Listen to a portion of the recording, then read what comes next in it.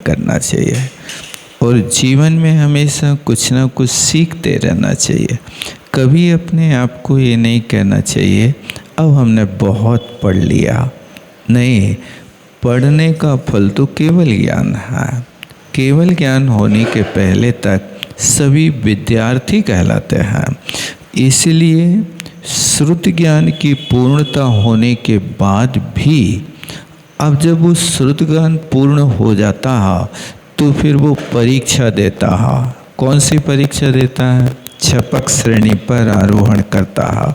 6ठे 7वें गुण स्थान में श्रुत ज्ञान हो करके श्रुत केवली बन जाते हैं।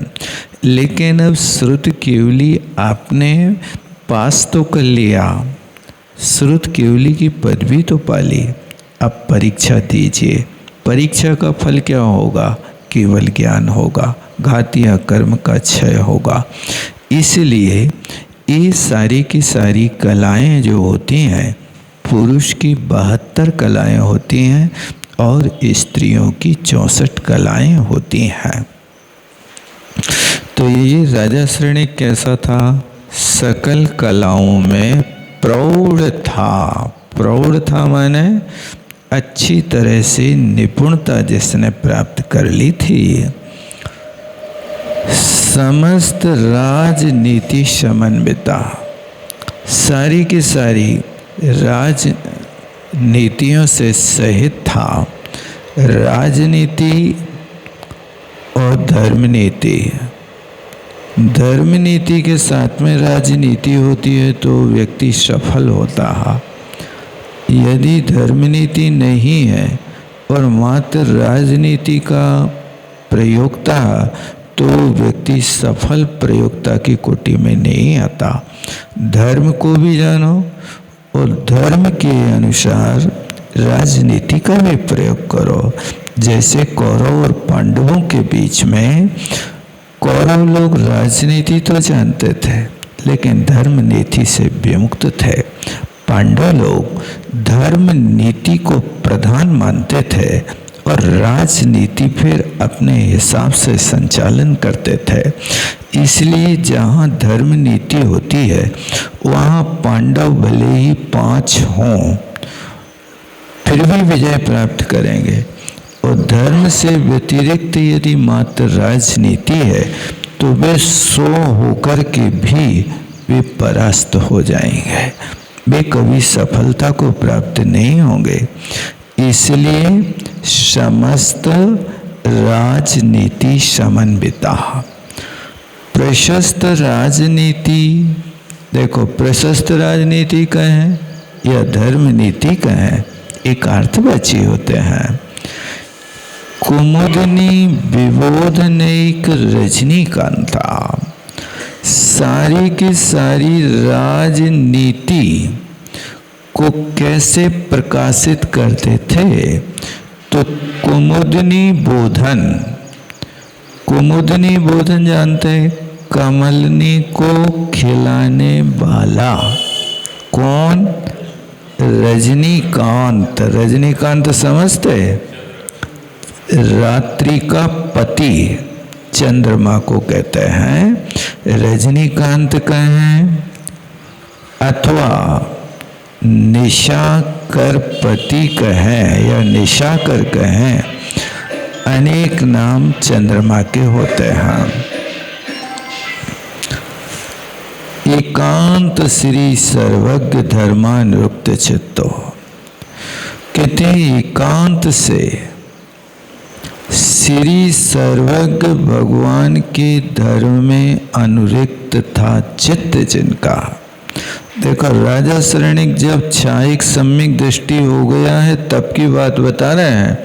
जब वो मिथ्या दृष्टि एकांतवाद बौद्ध मत का अनुयायी था तब की बात नहीं है। ये जो इतने विशेषण दिए जा रहे हैं ये छायिक सम्यक दर्शन होने के बाद के विशेषण हैं। एकांत श्री, एकांत माने एकांत से ही जिनेन्द्र भगवान के धर्म में अनुरक्त चित्त था। अब छायिक सम्यक दृष्टि बन गया था। और उसके पास में और भी कोई मिथ्या मत का प्रवेश नहीं था। इसलिए देखो ये विशेषण बहुत प्यारा दिया है, एकांत से, अनेकांत नहीं इसमें, एकांत।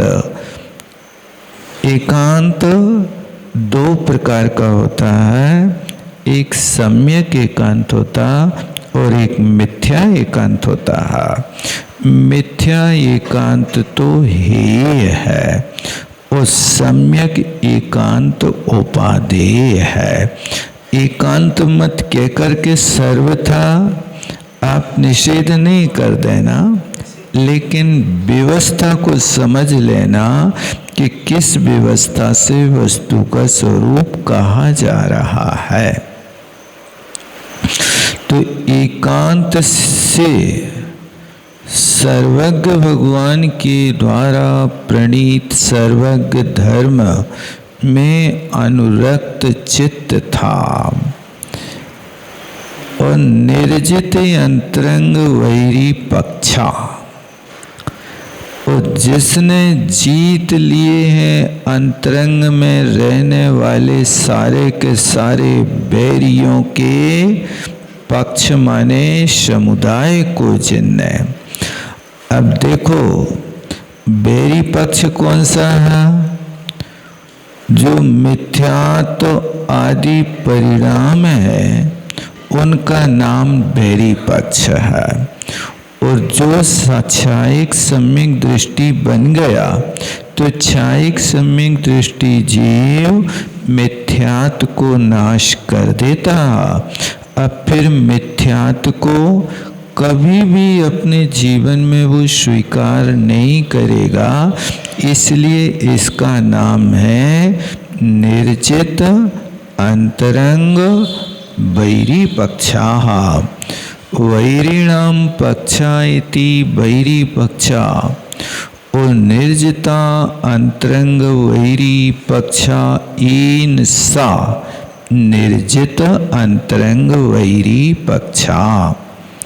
श्री तीर्थंकर पद प्रणाम वध्य कक्षा। और शीश तीर्थंकर पद में प्रणाम करने में है कटिबद्ध। ऐसा छायिक सम्यक्त रंजित चित्ता, रज्जित है ना, उस रज्जित को रंजित कर देना।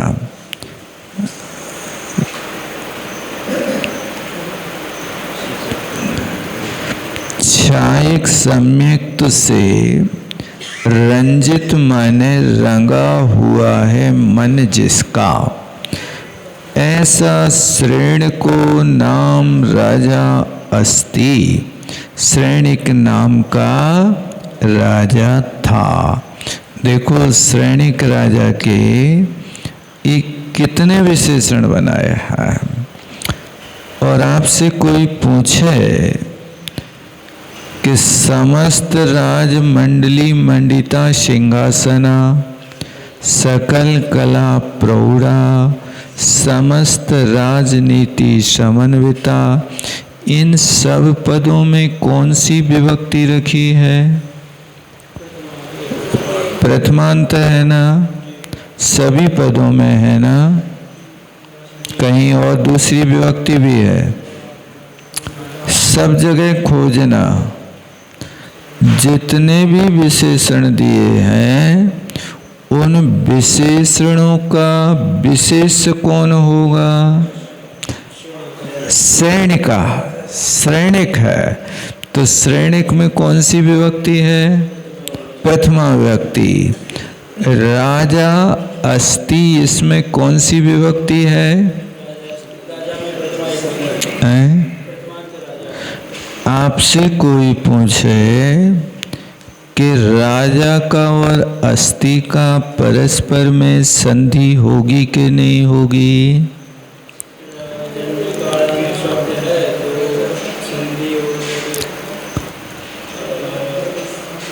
यहाँ पर जब आप अकाशावरणे दीर्घा से दीर्घ करने चलेंगे ना, तो उसके लिए अवर्ण से परे अच नहीं मिलेगा, उसको क्या मिलेगा? ना से परे मिलेगा। इसलिए वो इस संधि को निषेध करेगा। हम राजास्ति नहीं बनाएंगे, ये राजा अस्ति ऐसा ये स्वतंत्र पद बनाया जाएगा। लेकिन आचार्य महाराज ने प्रयोग किया है, ये प्रयोग भी होता होगा।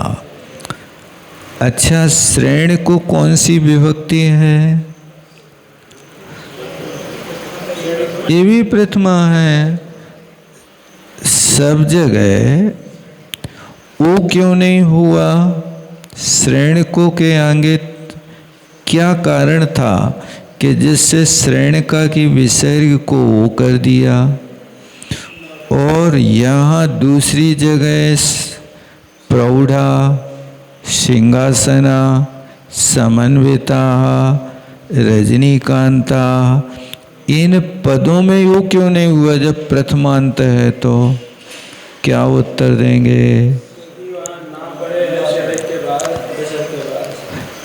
तो हर्ष पड़े रहते, जो विसर्ग होता है उसको गुण हो जाता है, जो हो जाता है। और बाकी सब जगह हर्ष प्रत्याहार का कोई वर्णन नहीं है। सा है, सा भी नहीं है, प्रशस्त में पा भी नहीं आता है हर्ष में। इसलिए जहाँ पर हर्ष प्रत्याहार विसर्ग के आगे नहीं मिलेगा, वहाँ पर विसर्ग का विसर्ग ही होगा, वहाँ ऊ नहीं होगा।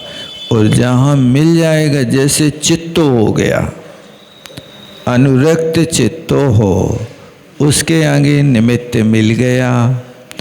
वैरी पक्षा के आगे सिरी पड़े हैं, इसलिए यहाँ नहीं होगा। देखो, ये मात्र कथा मनोरंजन के लिए नहीं, साहित्य को लगाने की यहाँ पर आपको विशेष एकाग्रता देना है। कौन सा समास है, कौन सी विभक्ति है, कौन सा लिंग है, ये सारी चीज़ों को आपको एक एक शब्द का ऑपरेशन करना है।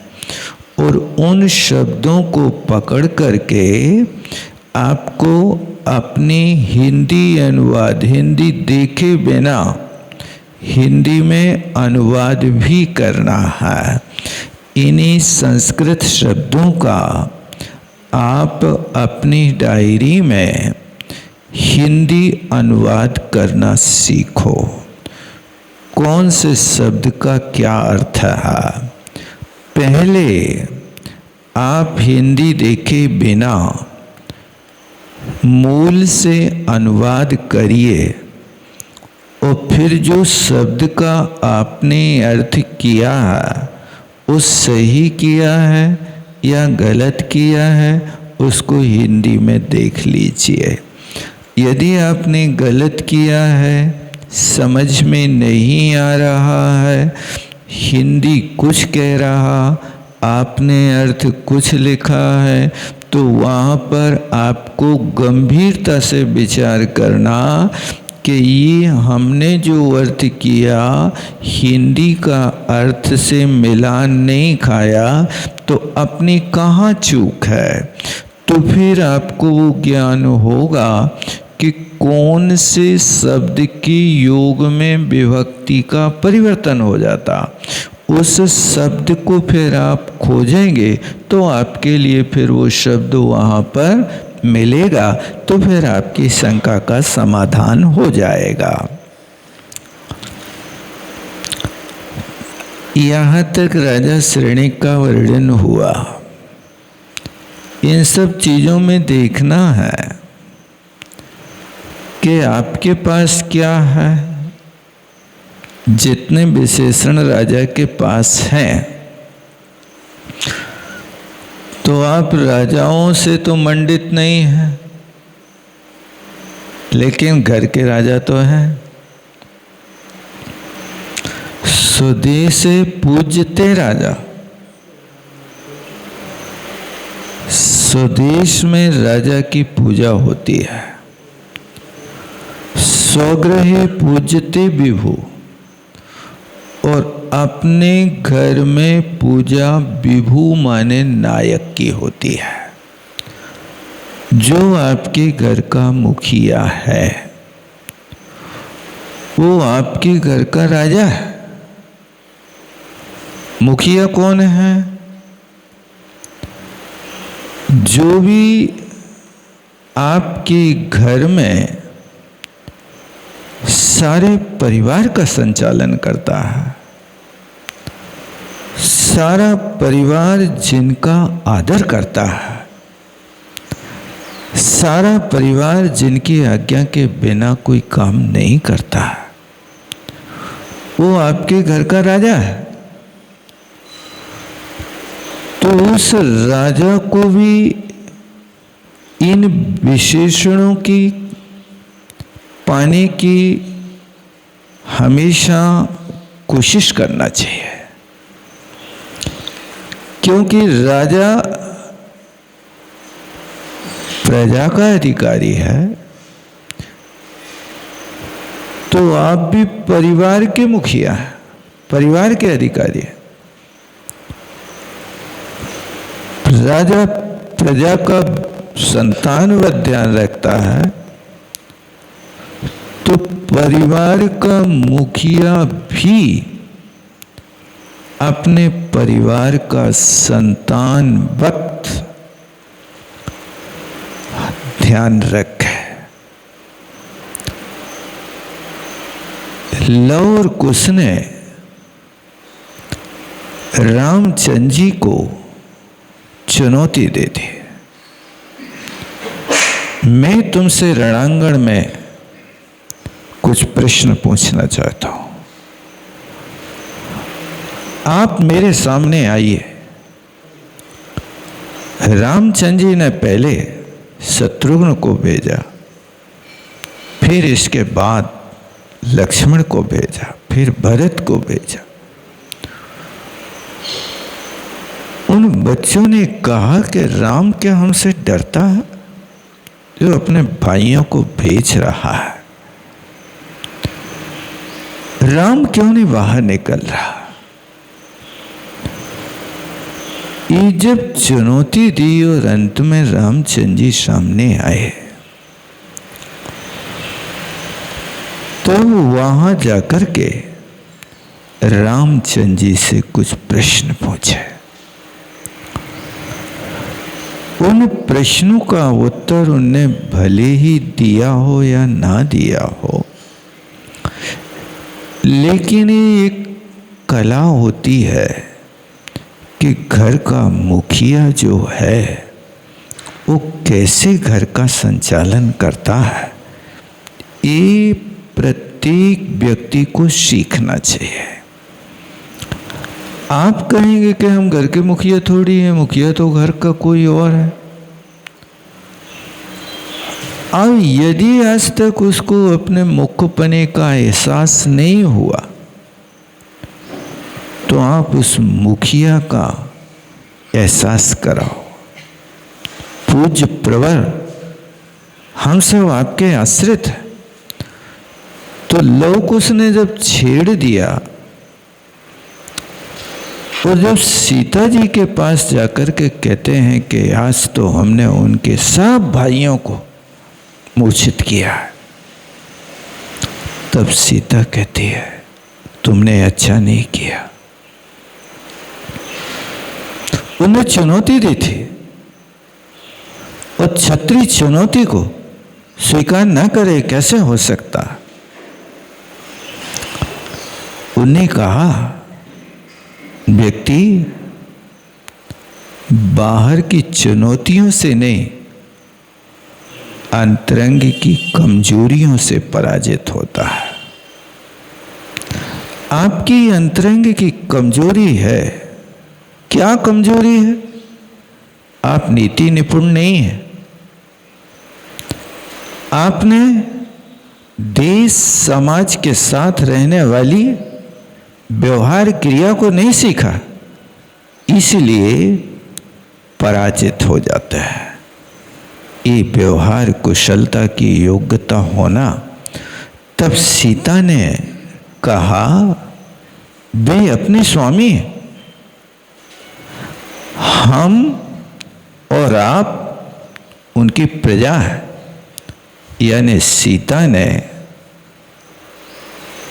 अपने बेटों को परिचय कराया तो प्रजा के रूप में कराया। राजा तो एक होता है, लेकिन परिवार के लोग भी प्रजा की कोटि में आते हैं।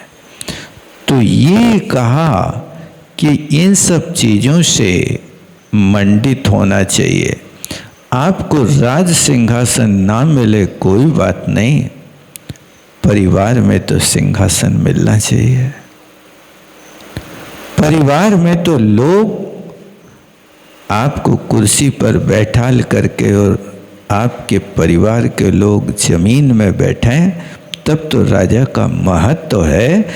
ये आपको उनको बैठालना। आज के समय में ये विनयाचार का अभाव हो गया। इस विनयाचार के अभाव के कारण बाप से भी ऊंची कुर्सी पर बेटा बैठ रहा है। बाप भले ही जमीन में बैठा हो, लेकिन उसको विनय सिखाने वाला कोई आज के समय में है ही नहीं। इसलिए इन सब चीज़ों को ध्यान रखना, सकल कलाओं में प्रौढ़ रहना और समस्त राजनीति नीति के लिए कुछ ऐसे ग्रंथ होते हैं जिन ग्रंथों का अध्ययन करने से ये राजनीति और धर्म नीति का एक समागम होता है। और फिर इसके बाद में इस सारे के सारे विशेषणों को बड़े गौर से ध्यान रखना और उन विशेषणों को आप घर के नायक हो तो भी और नहीं हो तो भी कालांतर में आपके लिए भी अपने घर के मुखिया का सिरोपाग बांधा जाएगा। आज यदि वो कला सीख जाओगे तो वो कला फिर आपको अपने जीवन के बाबत जब भी आपके हाथ में राजडोर आएगी, वो राजडोर आते ही आप उसमें संपन्न होने लगेंगे। राजा अपनी संतान को सीधा राजा नहीं बनाता, युवराज बनाता है। पहले बेटा राजनीति की बात हमारे नीचे बैठ करके आप सीखो, और सीखोगे तो फिर आपके लिए भविष्य में क्या राजा बना दिया जाएगा। ये स्थिति यहाँ पर है। तस्य पट्टमयसी, तस्य कस श्रेणिकस, श्रेणिक राजा की पट्टमयसी, पट्ट रानी जिसको कहते हैं, दाक्ष दाक्षिण्य, सौभाग्य गुणगण रत्नालंकृतांगी। देखो, महिलाओं के लिए भी किस चीज़ की आवश्यकता है, ये रानी चिल्ला के विशेषण देख करके हर नारी को इससे शिक्षा लेना चाहिए। सबसे पहले रखा कि पट्टमयसी है। व्यक्ति अपने आप से बड़ा नहीं होता, गुणों से बड़ा होता है। गुण होते हैं तो व्यक्ति गुणों का सम्मान करता है, और गुणों का सम्मान होता है तो व्यक्ति को बड़ा बनाना नहीं पड़ता। व्यक्ति के हृदय में वो बड़ा बन करके उसके सिंहासन पर बैठ जाता है। इसलिए यहाँ पर गुणों के बिना जो बड़े होते हैं उनके लिए हर स्थान पर सम्मान नहीं होता है। बड़े न होते गुणन बिन, बिरध बढ़ाई पाए, कहत धतूरे को कनक, गहना गढ़ा न जाए। गुणों के बिना कोई बड़ा नहीं होता। कोई किराए के आदमी को बैठाल करके और रोज अपने गीत गाने की प्रेरणा करे कि हम तुम्हारे लिए इतना वेतन देंगे, तुम हमारे द्वारे पर बैठ करके हमारा यशोगान किया करो। वो व्यक्ति मजदूरी लगा के तो यशोगान करवा सकता है, लेकिन हर व्यक्ति का सम्मान का पात्र नहीं हो सकता। हर व्यक्ति गुणों का उपासक होता है। गुणों के ग्राहक सहस्र नर, अवगुण का ना कोई। गुणों के तो हजारों लोग ग्राहक होते हैं, लेकिन नवगुणों का कोई भी ग्राहक नहीं होता है। इसलिए इन गुणों को अपने जीवन में उतारने की कोशिश करना। दाक्ष दाक्षिण्य माने अत्यंत उदार वृत्ति में निपुण महिला थी। दाक्ष माने उदार और दाक्षिण्य माने निपुण, ये दो शब्द हैं, ध्यान देना। सौभाग्य रूपी गुण के गण माने समूह, कोई हुए रत्न, उस रत्नों से अलंकृतांगी। अंगी माने स्त्री होता है, तो जिसका शरीर सौभाग्य रूपी गुण के रत्नों से अलंकृत है, शरीर जिसका भाग्य, सौभाग्य, बड़े भाग्य, अहो भाग्य, इनमें देखो आप भाग्यवान हो कि सौभाग्यवान हो कि बड़े भाग्यवान हो, कौन सा भाग्य है आपका? देखो, बड़े भाग तो वे होते हैं मुनि शकल व्रती बड़ भागी। बड़े भाग तो उन्हीं के होते हैं, लेकिन सौभाग्यशाली वो होते हैं जो व्रताचरण की क्रिया को पालन करने में दाक्ष होते हैं। वे सौभाग्य माने भाग्य से भी 100 गुने आगे बढ़ गए। भाग्य के आगे 100 जोड़ा है, सौभाग्य हो गए। और शाली माने सुशोभित हो गए, तो वे सौभाग्यशाली कहलाते हैं। ऐसे इन गुणों से अलंकृत और श्री बीतराग प्रणीत सद्धर्म कर्मामृत भावितांगी, बीतराग प्रणीत समीचीन धर्म, उस धर्म रूपी कर्म से कर्म के अमृत की भावना भाने वाली आत्मा जिसकी, इस सबसे नीचे देखना चेलना नाम रस्ती। ये चेलना के विशेषण यहाँ से दे रहे, कहाँ से दे रहे हैं? तस्म पट्टमयसी, यहाँ से प्रारंभ कर रहे हैं और इस बीच में विशेषण रख रहे हैं और अंत में विशेष जो लिखा चेलना नाम अस्ति उसको लाया जा रहा। समस्त गुण संपन्ना, देखो समस्त गुण संपन्न मतलब स्त्रियों के पास 64 कलाएं होती हैं, उन सारी कलाओं से संपन्न है। जिन धर्म प्रभाविका, जिन धर्म की प्रभावना करने में सबसे अग्र भूमिका रहती है, महिलाओं की भूमिका ये परिवार को धर्मात्मा बनाना कि अधर्मी बनाना, जी उनके ऊपर डिपेंड रहता है। वे अपनी संतान को चाहें तो डॉक्टर बना सकती हैं और वे अपनी संतान को चाहें तो डाकू बना सकती हैं। वश वो ठान लें, महिलाएं इस तरह की प्रकृति की होती हैं जैसे कुंभकार के चके पर रखी गीली मिट्टी। वो कुंभकार चाहे तो उस मिट्टी से मंगल कलश बना सकता है और चाहे तो चिलम बना सकता है। मिट्टी एक है, लेकिन एक होकर के भी कुंभकार का भाव बदलेगा तो मिट्टी का मंगल कलश बनेगा, और यदि भाव नीचे आ गया तो वो चिलम बनाएगा। दोनों में अंतर क्या है? चिलम के पेट में जिंदगी भर आग धधकाई जाती है और मंगल कलश के पेट में पानी भर दो तो पानी ठंडा हो जाता है।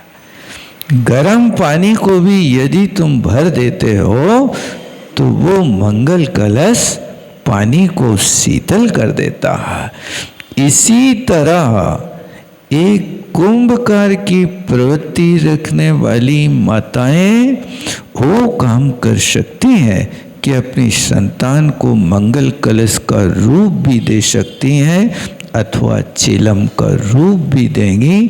चिलम का रूप देंगी तो जिंदगी भर राग देश की भट्टी में जलेगा, और मंगल कलश का संस्कार देगी तो जिंदगी भर सत्समागम करके दुनिया के लिए शीतल ज्ञानामृत का पान कराएगा।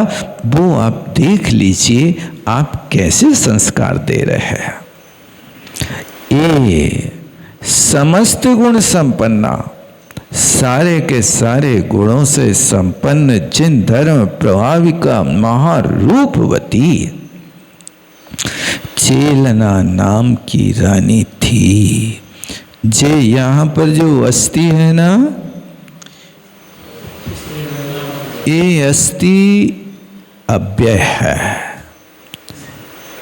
ये अस्थि वर्तमान काल की क्रिया नहीं है, क्योंकि राजगृह नगरी में उस समय चौथे काल में राजा था, रानी थी, तो इस वाक्य को बताने के लिए क्रिया क्या होना चाहिए थी?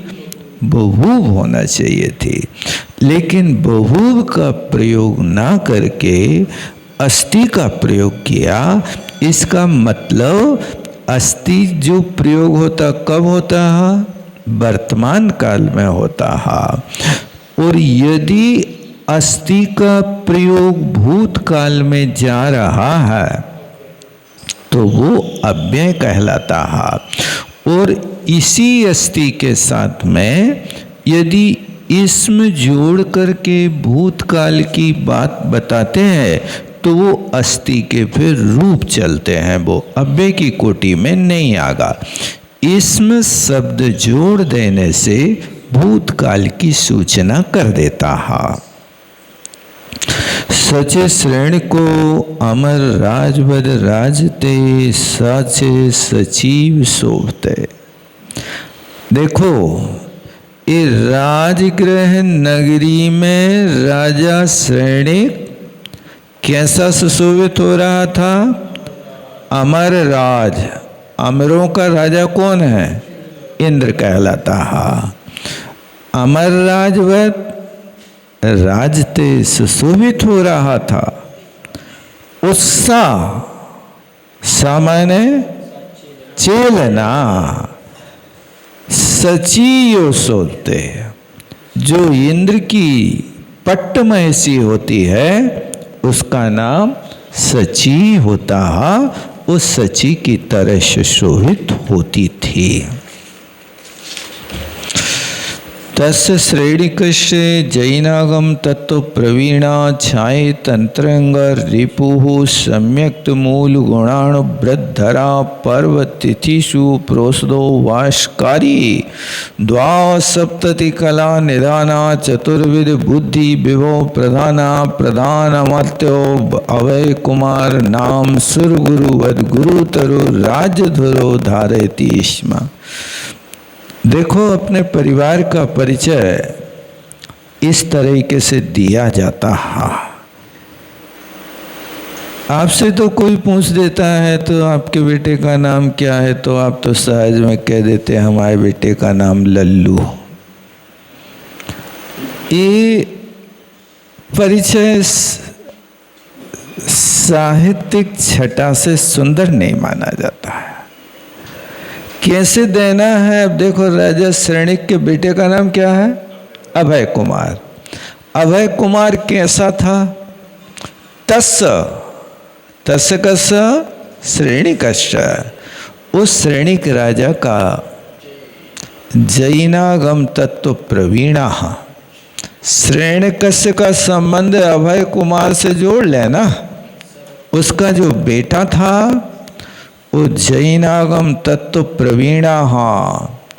बेटा जैनागम के तत्वों में पटु था, चतुर था। पटुता, विद्वत्ता अकेले प्रवचन सुनने से नहीं आती है, अभ्यास से आती है। गुरुपदेशा दभ्यासात्। गुरु का उपदेश क्या है? हेतु है, कारण है, और अभ्यासात् उपादान है, कारण है। जो उपदेश गुरु ने दिया है उसका अभ्यास आप करिए तो आपके पास तत्ववेत्ता की कला होगी।